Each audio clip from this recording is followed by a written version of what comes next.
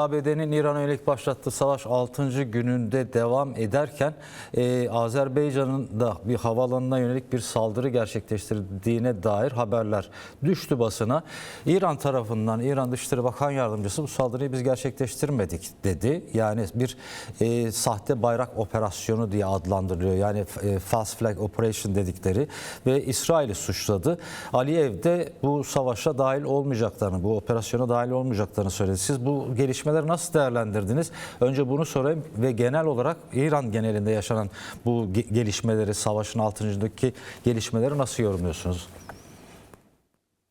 Dün İlham Aliyev İran seferliğine gidip ve orada yas törenini imzalarken sabahsı günü Naxçıvan havalimanına saldırı gerçekleşti.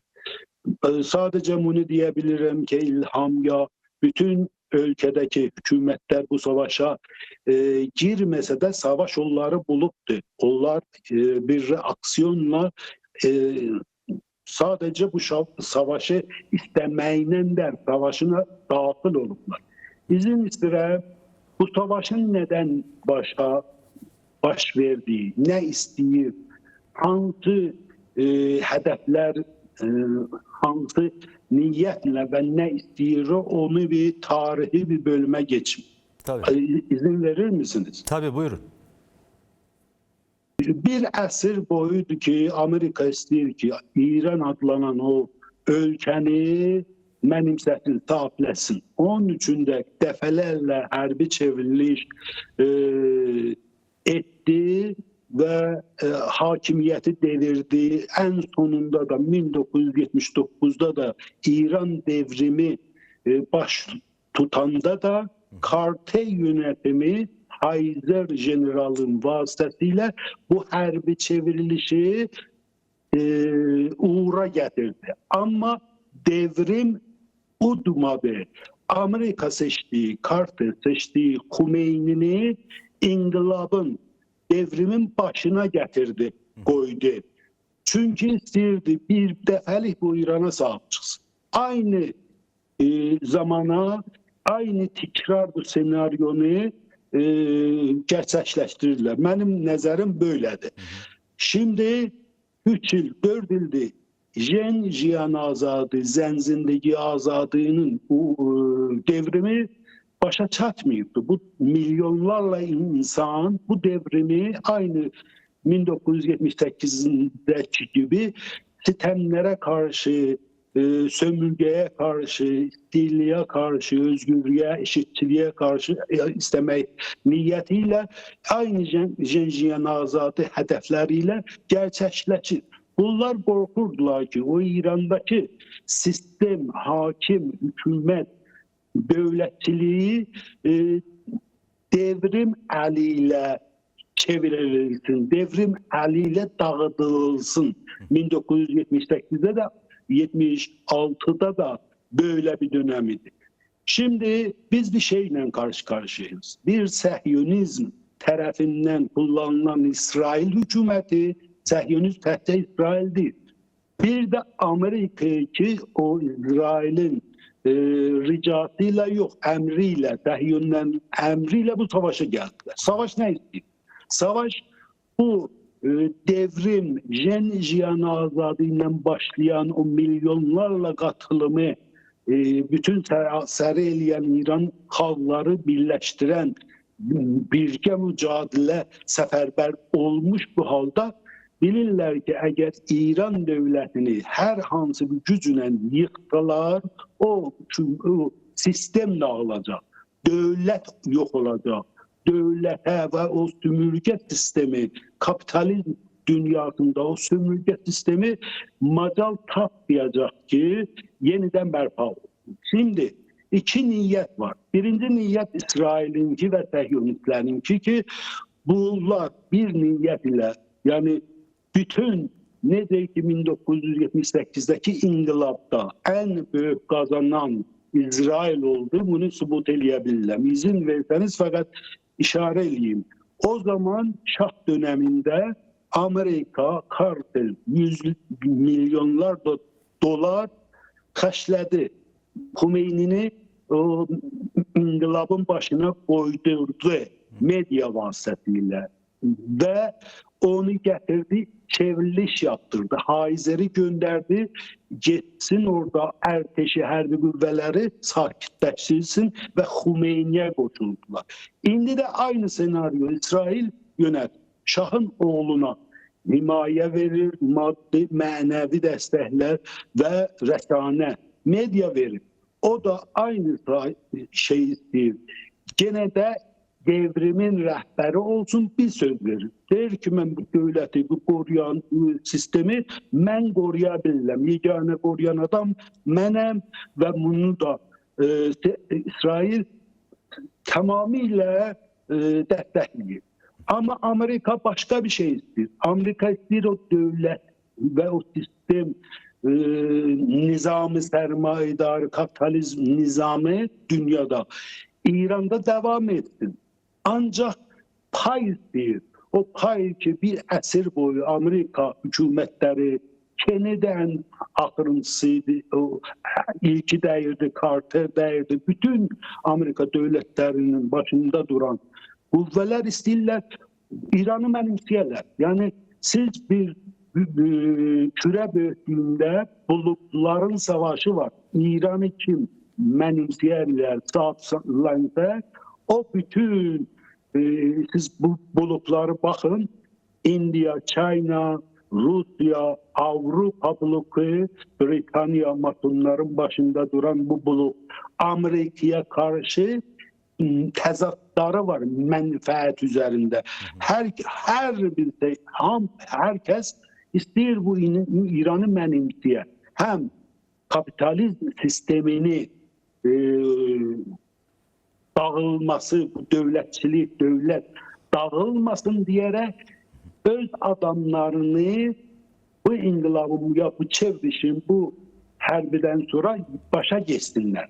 Evet. Sülh olsun, barış olsun, herkes de öz kazancını burada sümürge namine etsin.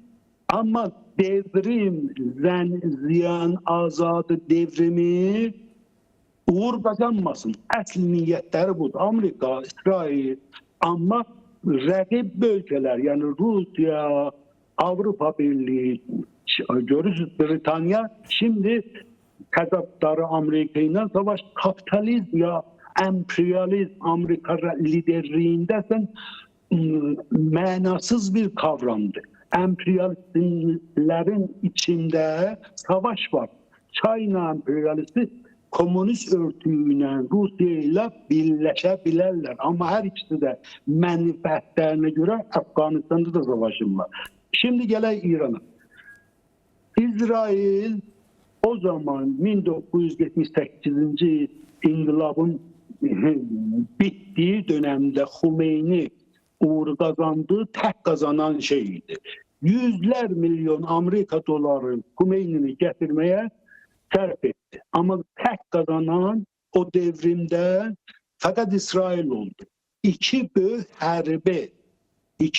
hərbi güce sahip olan İran ve İran'ın erteşleri, o qüvvələri vardı ki, İran'ı bir haftanın içinde İran'la İran bir haftanın içinde İsrail'e hatta hədələnmişdilər. Hatta tavanları var, gücler vardı ki İsrail'i nabud eləyələr.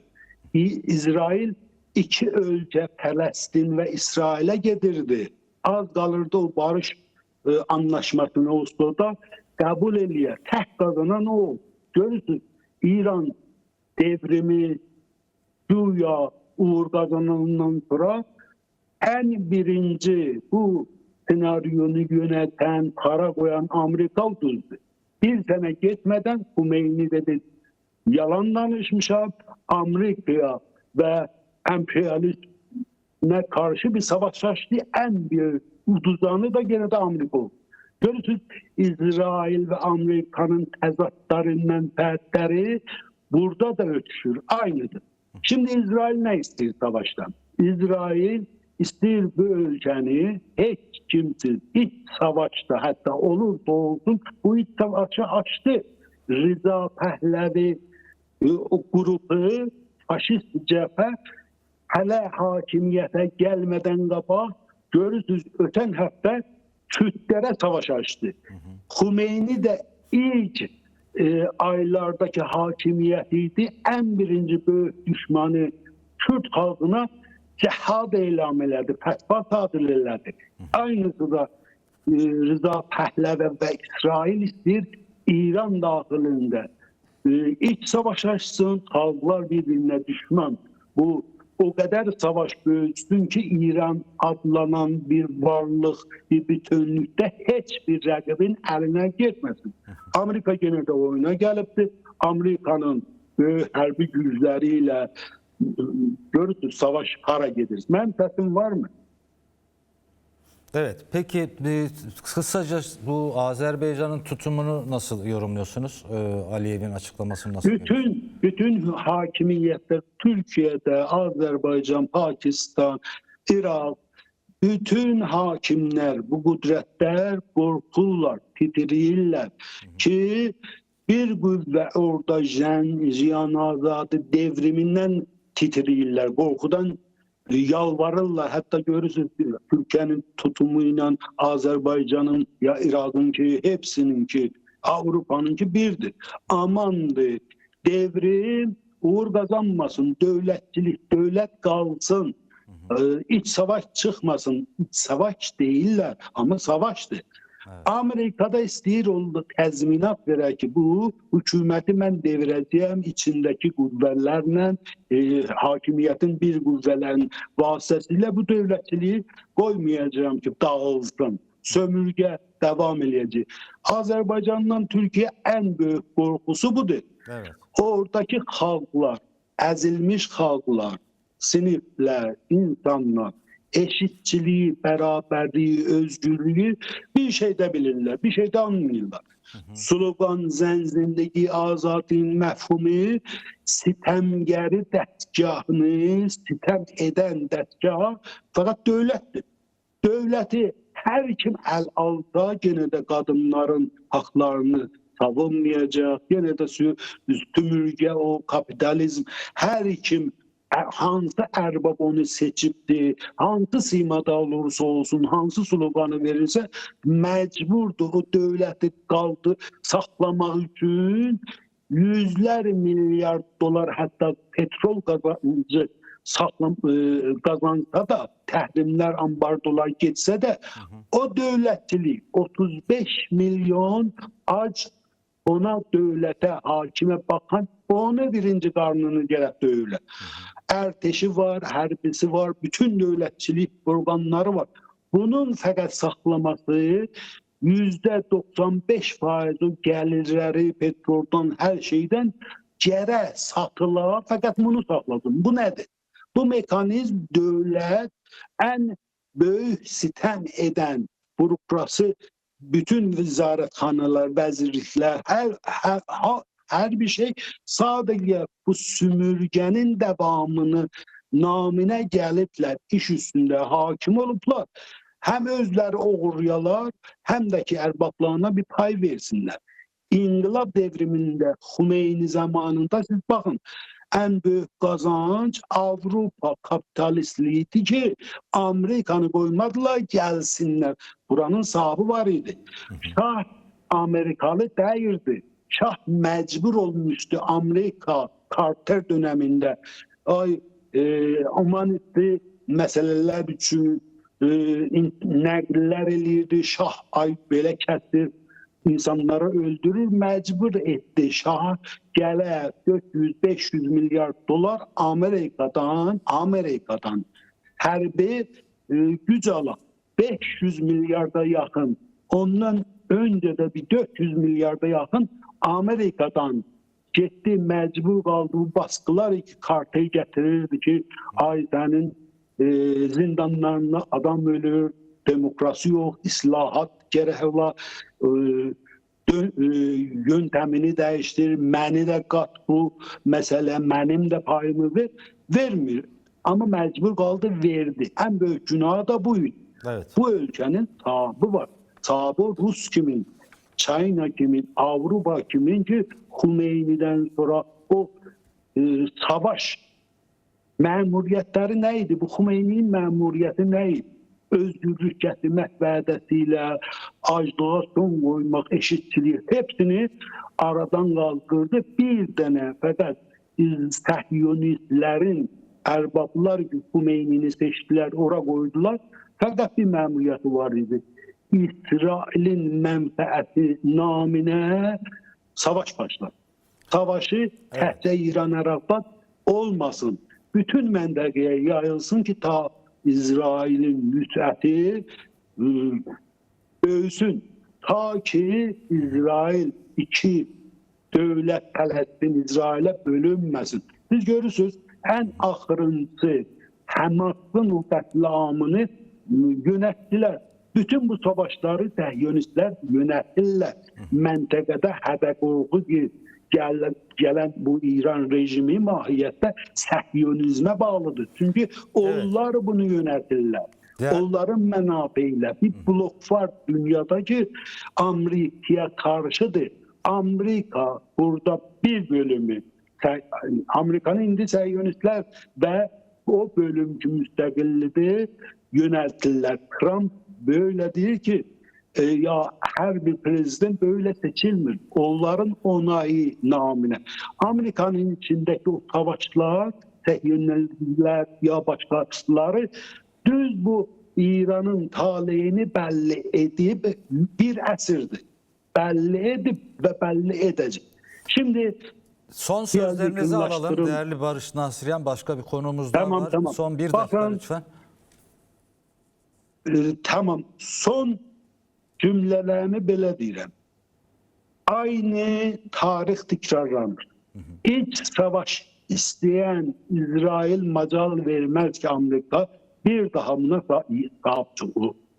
Amerika'nın rakipleri de Avrupa'da, başta İngiltere'de izin vermeyecekler ki Amerika bu bölgeni mənimsəsin. Hatta iç savaş çıkartmak, milyonlarla insan qətliamı olmak, bir-birine silah çəkmək naminə olsa da izin vermeyecekler ki Carter'in arzusu, Kennedy'nin arzusu, Amerika'nın yönetilen arzusu hayata geçsin. İç savaş geliyor. İç savaşı yöneten gruplar var, faşist gruplar var ki hazırlanıptı, medya, pullar, maddi imkanlar elinde sabata silah verecekler. Ki biz hükümete gelenden sonra bu istabilliği korumak için mecburuz. Gene de bu sistemi saklayak.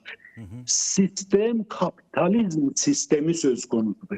Ama halk öz iradesini önde giden örgütler, Kürt halkı bu imkana sahip.